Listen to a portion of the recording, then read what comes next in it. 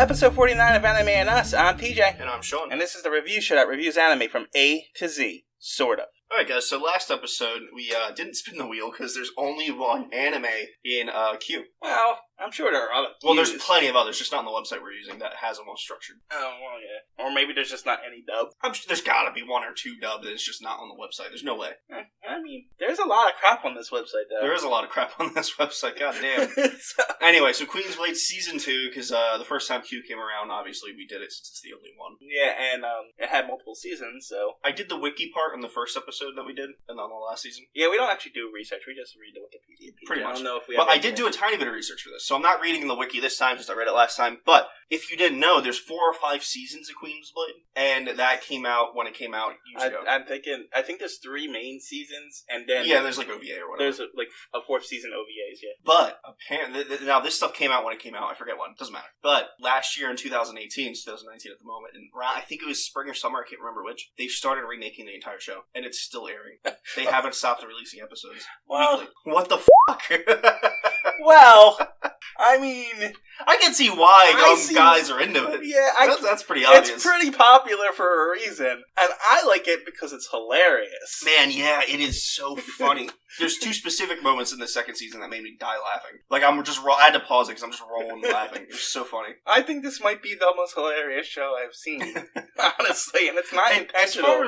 Exactly. But as far as rating something like this goes, I don't feel like we can rate it against regular anime. It's in a class of its own. You know what? Because if you rate it against other animes, it's shit. It's a 1 or a 2. Don't watch it. It's terrible. Right. But if you watch it knowing it's bad, like a B movie, yeah. You know what I mean? If you know it's gonna be bad and you can enjoy that, then it's gonna be good. If you can enjoy the absurdity, and it knows what it is. It's not like... It's self-aware. It really felt like these guys really wanted to write hentai, but weren't allowed to do it. Because there is hentai moments in the second season that wasn't in the first. Yeah. So I should have re-listened to the last review we did and see what the rating for it. Yeah, I don't remember what we did. It must have been like 5 or 6 or something. Yeah, I can't imagine it was any more than that unless we did what we're doing now and rating it. No, I don't think we did. We definitely gave it a rating and a review. I do remember... I'm going to rate it this time, but I'm giving it a class of its own because I just can't. You're right. No. I just can't rate it against regular anime. It's not what it is. No, you can't compare it to something as good as like Claymore or Eden of the East. You just can't. And you can't compare it to something that's terrible like 801 TTS Airbats or something. Because this does have a coherent story. It's just not very good. It's not very good at all. But it's not focused on that. It's focused on, alright, we want to show tits. This is what we're going to do. Here's some semi-cool fight scenes, but in the fight scene, no matter what, there's going to be tits. And we're going to introduce different girls into this in different ways. Now. And there's always going to be tits.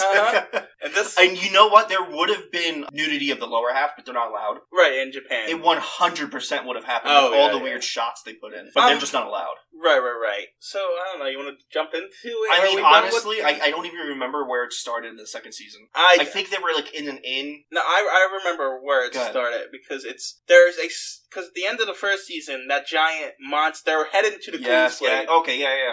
The big-titted monster. Yeah. So, they kill that thing, and the second season opens up with everybody in the city where the tournament for the Queen's Blade. And it's like 5 minutes on each character, I remember now. They zoom in, this is what this character's doing at the moment. Then they zoom in on another character for a minute. Right. So, and it's just pretty much a recap of that. And we get introduced to new characters. One of them has a staff that's like an octopus. More like a weird space alien that likes to put its tentacles inside of you. Yeah, or maybe... They do, however, limit it to just her mouth. Yeah, it was just her mouth, and they don't really show it as much in the beginning. It's in shadow a lot of the time. There's one clear scene at the end, and she's kind of liking it, which was really odd at that point. But at the same time, you know that it's going in other places. Oh, yeah, for sure. Well, that's something I was actually kind of surprised about, because clearly they can't show it, but they could have alluded to it, right? They could have shown a tentacle going under her skirt, and just for a second, and then it would have been like, oh, okay, I see what's happening. They didn't do that. They didn't. I could have sworn they did. I don't think they did. I think they maybe you were watching a little more intently. Maybe I was. But It was also, the tentacle monster thing was a demon, I think. Yeah, and it would only, like, attack her in that way if she showed fear. Yeah. Or if she flinched or anything like that. Because she was a very timid girl who just so happened to be connected to the main characters. Yeah. She was a servant of the little annoying sister. And when she's in the Queen's Blade competition and she's fighting her opponent, her very first battle of fighting the very first opponent, that used to be her master. Yeah, but Lena's sister, at the same time, they kind of explain that away. The Queen's setting up the matches the way she wants to, blah, blah, blah, blah, blah. More shit. So, there's another change in this. They show men. Yeah, you actually see guys a couple times, which is very surprising. The only time the men get any screen time is when the one takes the little elf girl, throws her down, and tries to rape her. Oh god, the flat-chested elf girl, which, by the way, the only time you don't see titties is when it's on a flat-chested person. You never see her tits. Not that I mind, right? I'm not complaining. Right. It's just weird, you only see big titties. Well, all the guys have no shirts, so I figure... Yeah, we might as well, right? Honestly, this season just sets up like a tournament shonen. Yeah, and it's really all the season is a tournament. Yeah. Beginning to end, it's a tournament. Pretty much. There's a couple setup episodes where like she has to get her sword repaired. And, but nothing crazy. The queen kidnaps and brainwashes Risty of the benevolent bandit of the north. Oh, and then she's in this gothic outfit. Yeah.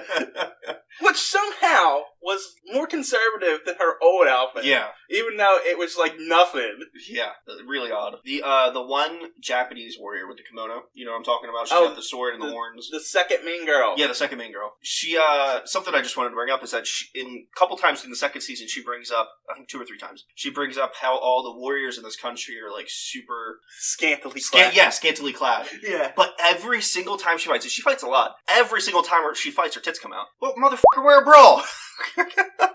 Wear armor! Don't just wear cloth kimono to a sword fight. I'm just gonna point out, maybe bras and underwear don't exist in this world. Well, underwear does exist, because you see a lot of thongs. Okay. I don't know about bras. But I don't know if actual underwear exists, because some girls are just wearing snakes. Well, a lot of them do, but Risty wears like a regular thong. Are you sure they're not just called shorts?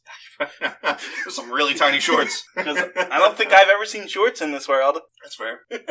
Man, there's a lot going on. There is a lot going on in this one. It's kind of just ridiculous stuff. That's really it. It's just ridiculous stuff. There's the tournament, like we said. At the end of the tournament, Lena wins, the main character. Lena, the main character, wins and becomes the queen. And then the demon comes out of the previous queen because she was sort of controlling her. It wasn't a demon; it was a fallen angel. A fallen angel turned into demon is what they explained it as. Who loses their power like in Angel's milk gets poured on her and she loses her power. Oh god. Now, they never actually tell you where the angel milk comes from, but I mean, you know. Yeah, I mean, really. they purposely pour it on people for a reason. Oh, Jesus. The white milk.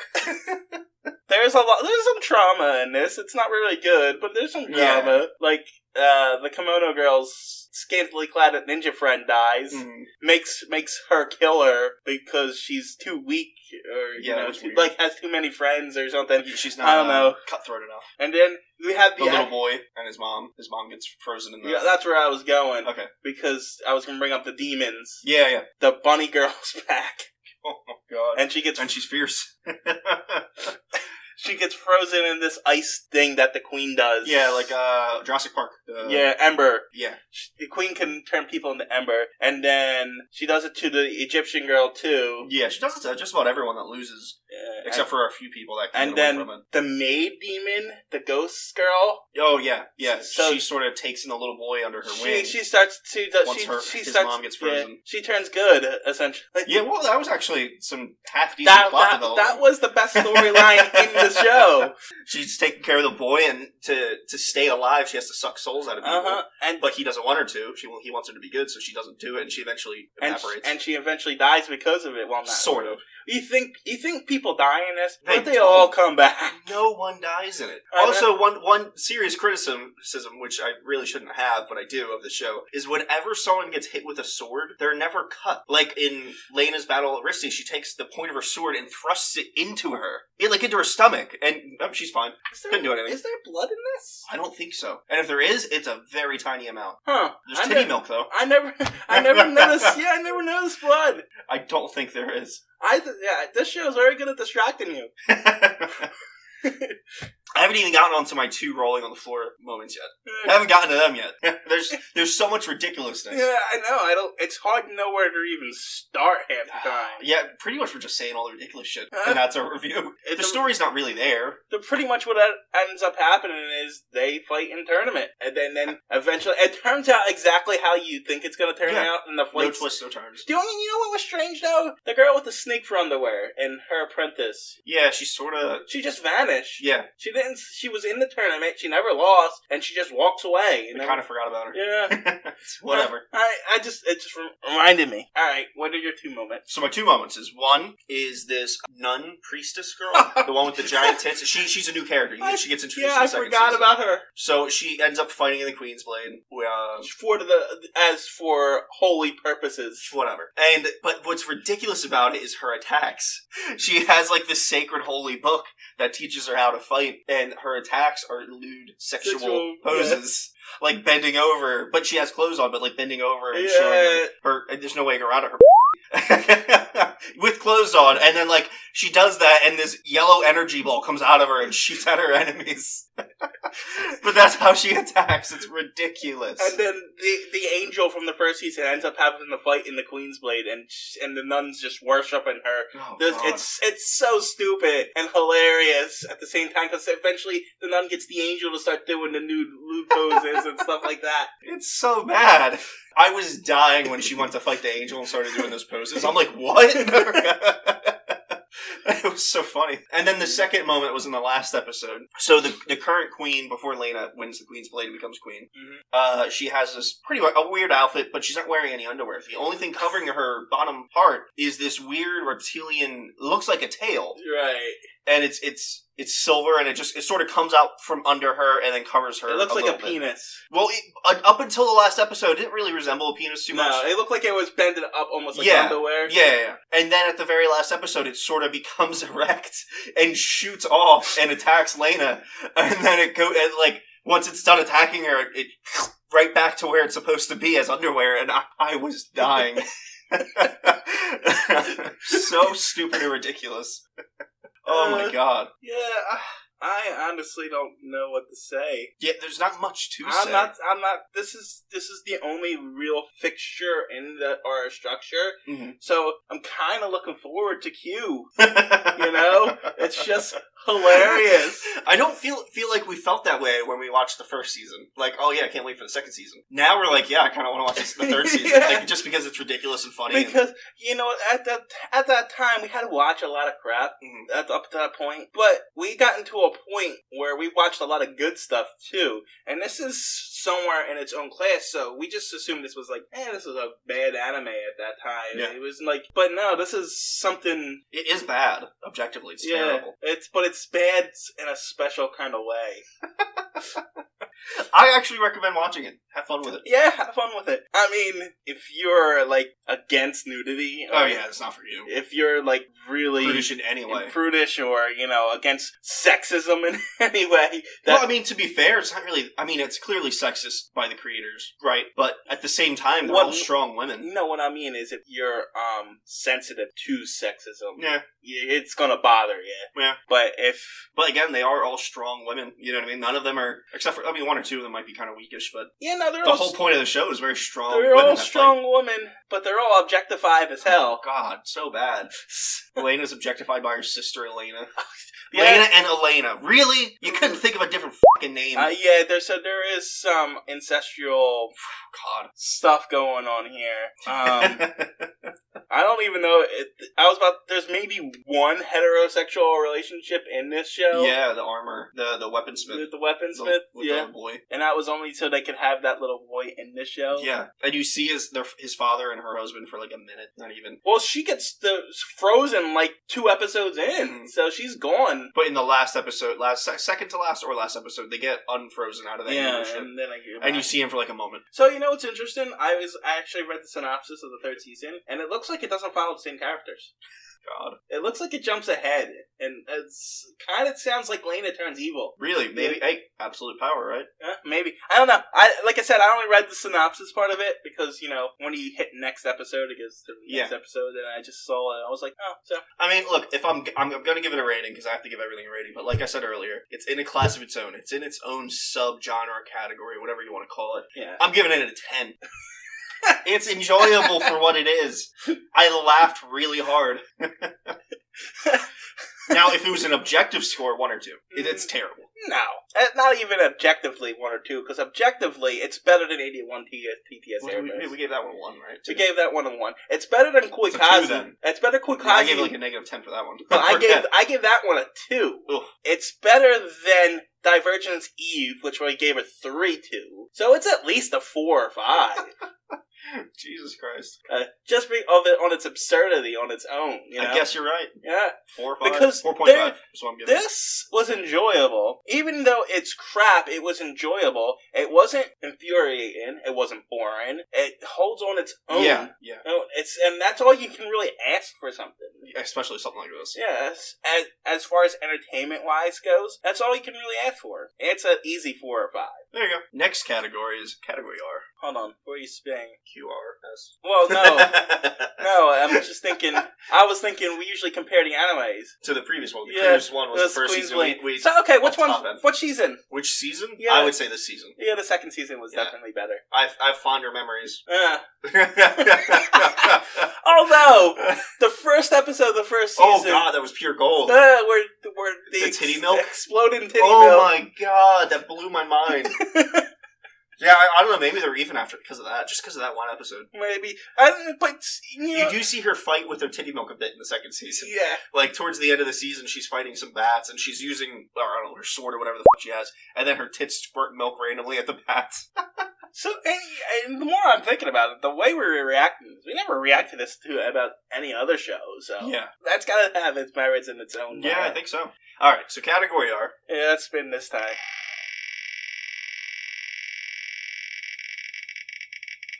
What do we got? Oh, wow. We almost got...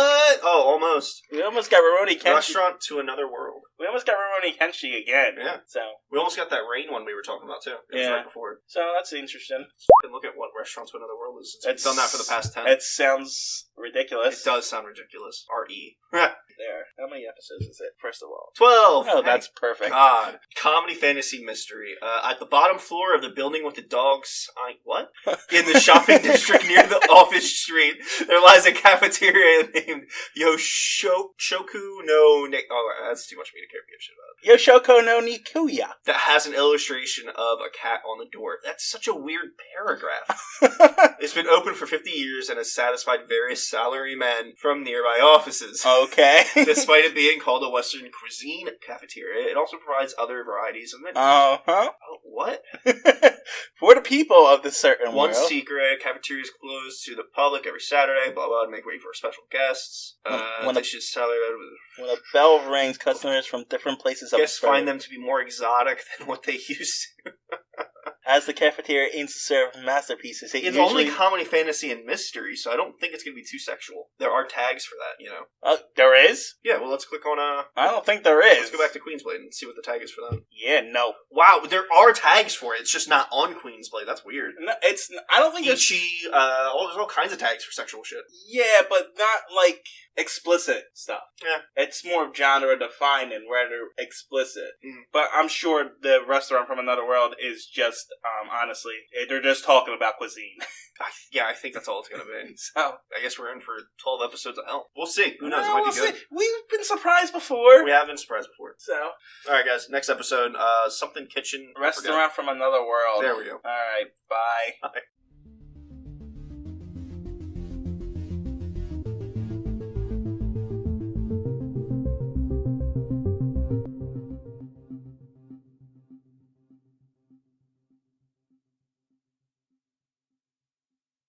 Hello, TJ here from Anime and Us. I just want to let you guys, girls, peoples know that we have a Twitter account now. It is at Anime and Us on Twitter.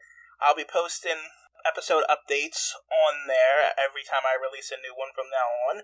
So, if you're interested in that, follow us on Twitter, or, I don't know how often I'll be posting on there. I'm not really a social media kind of guy, but I'll try to look into it from time to time and answer questions there. But if you really have any questions or any concerns or just notes or anything you want to let us know at all, we now have an email address for the website. It is animeanduspodcast@gmail.com. animeanduspodcast@gmail.com. That's the word and, A-N-D, not the N symbol. So, I just want to let you people know that's where we stand. You now have ways to get into contact us if you want. And that's about it. Talk to you later. Bye.